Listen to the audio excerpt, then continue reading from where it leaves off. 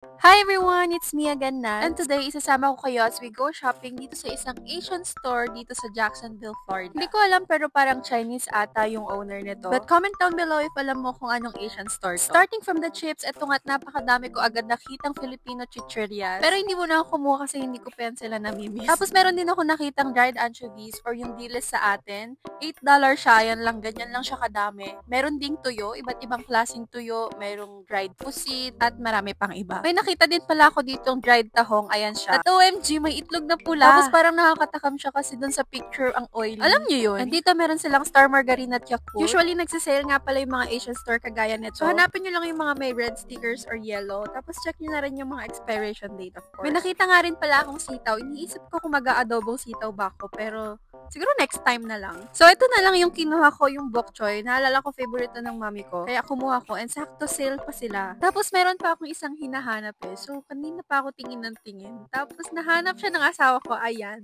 yung gabi. Kasi guys, nung nagpunta ako dito sa US, ang dami kong baon na sinigang mix. Kaya gusto kong magsinigang. Yung sobrang lapot na sinigang dahil ang daming gabi. Tapos ayun, nag-ikot-ikot pa kami kasi medyo malaki tong store na to. Bumili din siya ng mapo sauce. Nag-rollback din sila sa mga pancit canton. Nakaka-tempt talagang bumili. Tapos meron din sila dito mga baby crabs as snack. Meron din mga chicharon at yung mga salted seeds. Andito naman tayo sa ice cream section. Grabe, nandito yung mga viral ice creams na nakikita ko lang dati sa TikTok habang minumukbang nila. And so far, ito na yung mga nasa cart namin. Biga 1 dozen of coconut water kasi kailangan ko yan. And made in Thailand pala to. Sobrang sarap niya, guys. And I also got 1 pack of bulldog carbonara. Alam niyo na kung para saan yung coconut water. And then lumpia wrapper sa sister-in-law ko yan. And we also tried this viral mango ice cream, guys. Meron akong video eating this and sana mapanood nyo rin siya. Dito naman sa part na to is mga stick o and iba pang mga snack. Basta sobrang dami nyo pang pwedeng mabili dito and even live seafoods meron sila. Isa pa, meron din silang food court dito sa gilid. So sobrang aga pa nga namin, kakabukas lang nila. Pero okay lang kasi at least freshly made yung mga nabili namin. Grabe, ang daming choices. Yung ibang store dito, mga pabukas pa lang sila. So yung mga nabili namin mostly is mga dessert and mga pastries. And ang pinaka nagustuhan ko nga sa kanila is ito. Hindi ko alam ang tawag pero sobrang sarap niya talaga. Yan lang, bye-bye!